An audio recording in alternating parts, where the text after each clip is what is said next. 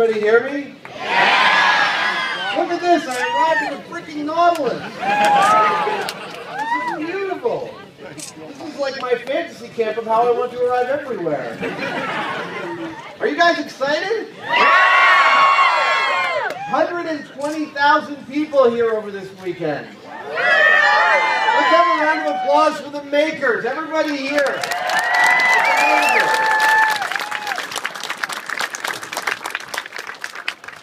Now, I have a little talk that I want to give, and then I'd like to take some questions from the audience until they drag me back down in here and take me back into the ocean. In the past on this stage, I've exhorted you guys to fail better, to do the thing you can't not do, to stay obsessed. And these are all nice words, but what practical value do they have coming from me? I have been incredibly lucky in my life. What is the practical reality facing young people entering a wider world and making and wondering what they can do with making? The practical reality is that the jobs market is a tough one. Finding a job that feeds you creatively is even harder. The middle class is disappearing and the competition is fierce. I have no idea how good each of you are individually as makers. I don't know what skills you have or are capable of learning. But I have advice. I have advice about how you can improve yourself, be employable, find a job you love, get noticed, and get better jobs that you love. And it's really this simple. Work hard and work smart. Work hard and work smart. When you think of working hard, you probably think about pushing yourself. And you're right, to a point. You think about pulling all night, you think about sweating and running. And working hard is those things, but it's not as simple as sweating and running around. It means many things.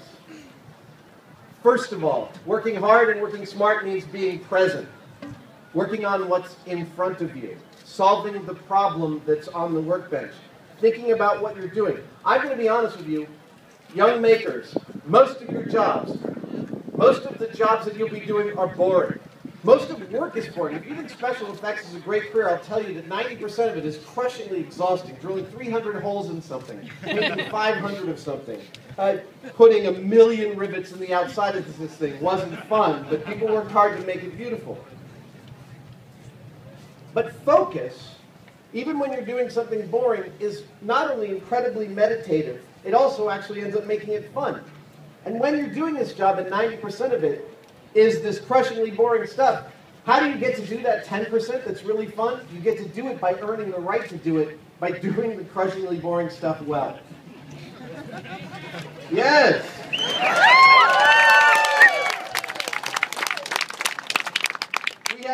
We had this person that came to the Industrial Light and Magic model shop. It was their first day. And we sent them outside with a can of spray paint and like 150 of these little things to paint. It's just hot day, it was awful. She came back after about half an hour and said, okay, I'm done, what's next? And the supervisor said, really? You finished them all that fast? She said, no, I only got through about a third of them, but this is awful, I'd love something else to do. And he said, great, you can go home. Yeah. Working hard and working smart means working correctly. Making sure that you're not wasting your time, or, and more importantly, your employer's time. How do you do that? You know the big picture. By understanding the big picture. If you're building handles for butter churners for a stage play, it matters whether they're going to be a background prop or going to be used by actors during the show every night. Your build will change according to that information. That information may be obvious to your supervisor, but not to you. How do you get that information? By asking questions. Make sure that you understand what you've been asked to do. Ask broader questions. The more you know, the more you can circumvent problems later. Now, when you start to ask questions, just like when you start any skill, you're not going to be very good at it. You're going to annoy your employer and your coworkers, wondering where the hot glue is, wondering where the paint is, where the felt is. It is a skill that you need to develop. By continually asking for clarification, eventually you'll be like, you want me to build 2 more of these because it's only going to cost a couple bucks more, and that would be really key in case one of the 4 originals breaks. When you save your employer money and time by asking a question like that, they will notice. As an employer, I would notice. Working correctly and asking questions is all about understanding the big picture. What is the big picture and how you fit into it? You know the boring thing that you're doing like 50 of on automatic pilot? You're there sitting there just like drilling 300 holes. It doesn't take that much brain power. It takes focus, but not that much brain power. What do you do with the extra part of your brain? For me, I sit there and I do two things. One, I'm constantly counting how fast I'm going and doing the math about, are you really shining? Oh, not by purpose. Don't shine that in my face. When you're sitting there drilling 300 holes and your brain is wandering, my brain is wandering. I sit there and I count how many I'm doing. I see by the clock how fast it's going. And I just repeatedly do math problems about how long it would take me to finish this project. And then I set myself little goals. Now that's kind of a meditative process. But the other thing that I do is I find myself wondering, okay, I'm doing this repeated action, moving my hands like this. Could I move this work to make this any faster? I start to give myself challenges. I start to wonder if I could be doing it more efficiently, more cleanly. This process is actually, again, not only meditative, but it makes my finished product much better.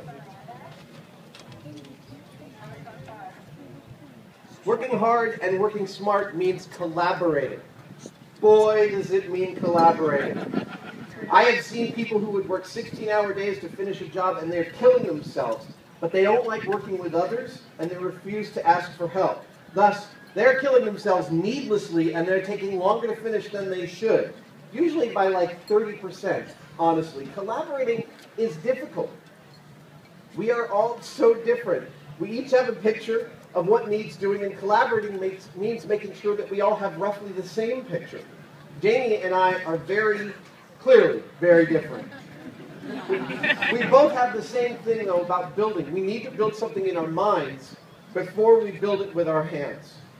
So picture us, each of us like a computer, and we each have a really nice 3D rendering of something we're about to build in our heads.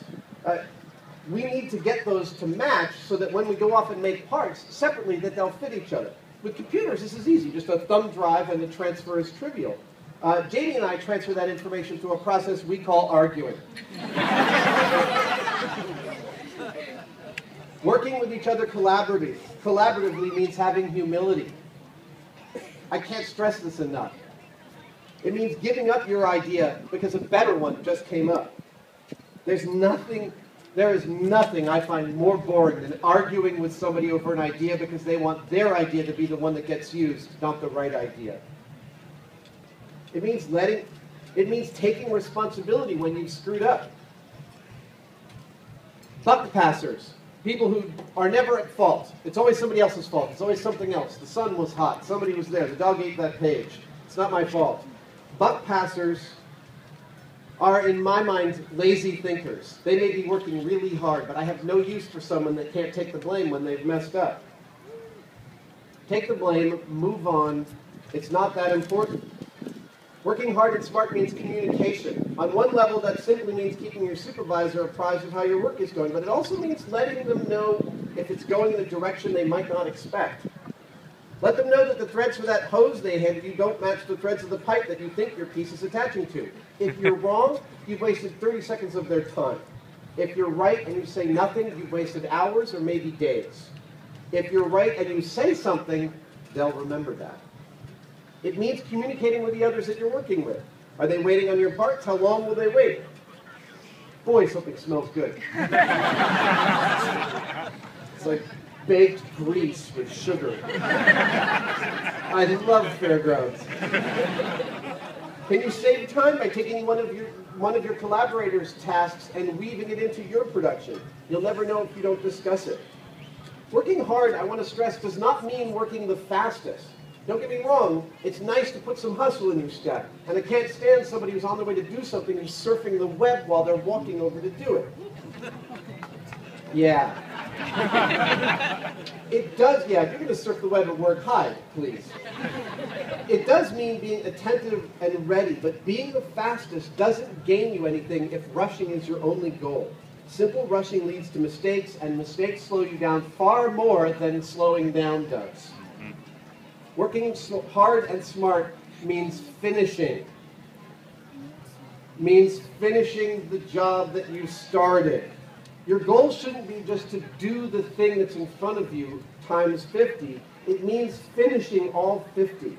You have no idea how rare the employee is that can take a simple task and deliver it completed a couple of hours later. All right?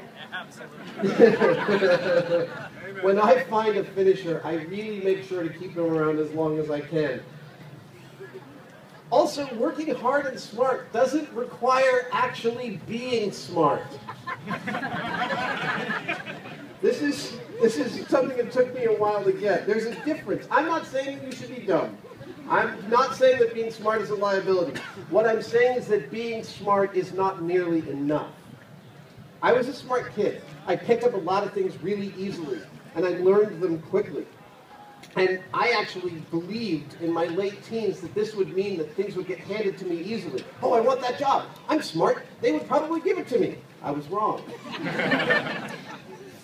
If you lukewarm the performance of your job, no matter how smart you are, no one will notice. I was in my mid-20s before I truly understood what it meant to bust my ass and be proud of the work that I was doing and finish what I started. And I consider that delay of 5 or 6 years to be one of my true regrets in life. It is more important to work hard than to be brilliant. Brilliant is good, but it's not enough. As an employee, you might not feel like your supervisors know what you're doing. As an employer, I can tell you that if you're working hard and smart like I've outlined, they notice. People who work hard like that are hard to find. People who work hard like that inspire everyone around them to work harder. People who work hard like that enjoy their work more, and they enjoy working well with others. People who work hard like that save time and money and thus become invaluable. When I find people like that, I keep them employed as long as I can. And not to say that all employers are the same. Some may not notice. There are places that don't want you to know the big picture, and I've been told to shut up when I was asking those questions. Don't work for those people. There are places that don't care about the quality of the work that you're doing. Don't work for those people. There are places that don't care how hard you work or want to bust your ass simply for the sake of it. Don't work for those people either. I'm not saying that any of this is easy.